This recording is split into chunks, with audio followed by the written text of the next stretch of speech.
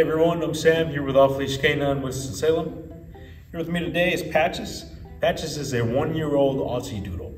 Patches was brought to us for a 2-week board and train program. When I first met Patches was very calm, just like she is right now. That's how she usually is.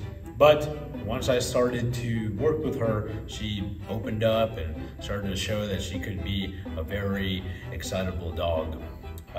Patches came to us for some basic obedience, some manners, and help fix those pesky things that her parents had trouble with. Patches knew to sit and she knew down, but she did not really understand to hold the command. She would get up and leave as soon as she wanted to, so there was no duration in her commands.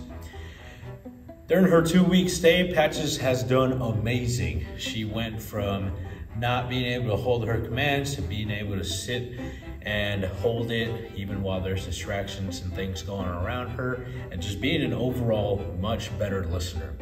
Patches is now really well-mannered. She is able to walk up to people and not go crazy.